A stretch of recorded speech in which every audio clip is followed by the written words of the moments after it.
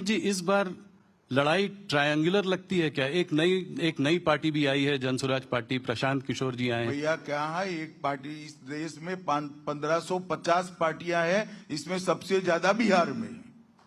तो अब ट्रायंगल कहाँ, तो 1000 एंगल है। जी जी जी। तो आप प्रशांत किशोर की पार्टी को कैसे देखते हैं इस चुनाव में? देखिए, सभी को अपनी पार्टी बनाने का अधिकार है, उन्होंने भी पार्टी बनाई है, मगर मुझे पूरा चुनाव स्पष्ट दिख रहा है कि मुकाबला एनडीए और महागठबंधन के बीच में है और इसमें बहुत जाड़ी एज एनडीए के गठबंधन को प्राप्त है। तो वोट नहीं कटेगा इनके वजह से, दोनों तरफ कोई खास फर्क नहीं पड़ेगा? नहीं, वोट तो मिलेगा, सभी को मिलता है। अब किसी पार्टी में किसी को टिकट नहीं मिला, वहां जाकर खड़ा रह गया तो कुछ वोट तो ले ही जाता है। एक चीज और तेजस्वी जी ने शुरू की है, वो कहते हैं विक्ट्री बिहार में, फैक्ट्री गुजरात में। प्रशांत किशोर भी कह रहे हैं कि जो है बुलेट ट्रेन गुजरात में चलती है, पैसेंजर ट्रेन जो है बिहार में चलती है। तो इस तरह के जो चुनाव के समय में जो इस तरह के बयान आ रहे हैं, इनको आप कैसे देखते हैं? ये चुनाव के समय के ही बयान है। मैं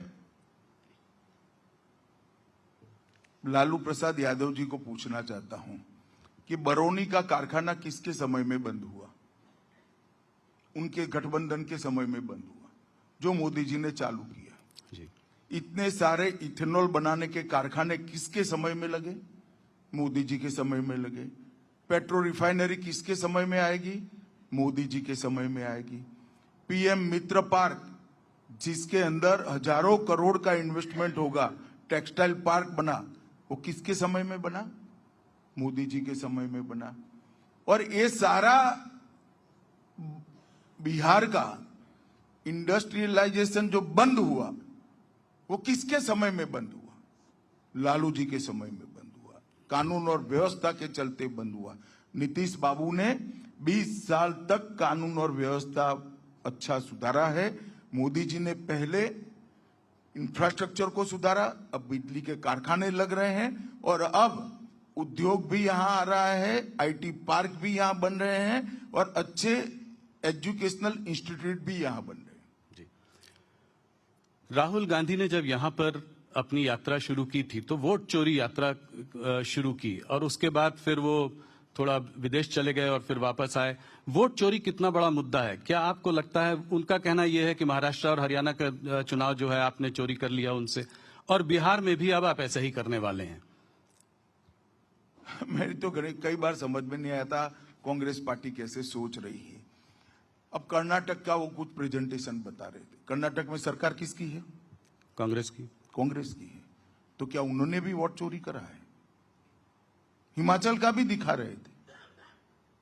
जहां तक बिहार का सवाल है, वोट चोरी का यात्रा इसलिए निकाला कि यहां से चुनाव आयोग के अभियान के कारण मतदाता सूची से घुसपैठियों को चुन चुन कर बाहर निकाला जा रहा था। मैं बिहार की जनता को पूछना चाहता हूं कि बिहार की मतदाता सूची में घुसपैठियों का स्थान होना चाहिए क्या? हमारा मत तो बहुत स्पष्ट है। देश में किसी भी घुसपैठियों को वोट देने का अधिकार नहीं मिलना चाहिए। और ये लोग घुसपैठ भी इसलिए होने देते हैं और घुसपैठियों को प्रोटेक्ट भी इसलिए करते हैं कि घुसपैठियों को वो अपनी वोट बैंक मानकर चलने। राहुल बाबा, जितना यात्रा निकालना है इतना निकालो। इस देश से घुसपैठियों को एक एक कर चुन चुन कर भारतीय जनता पार्टी की मोदी सरकार बाहर करेगी, ये हमारा संकल्प है।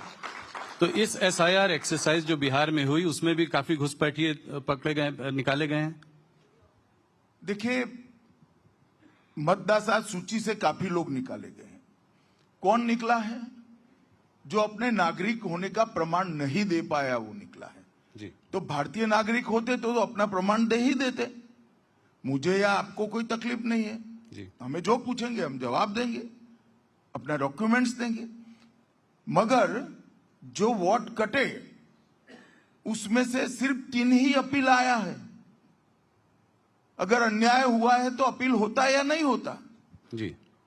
इसका मतलब कि जो कटे हैं वो सच अर्थ में भारतीय नागरिक नहीं थे, उनके ही नाम कटे।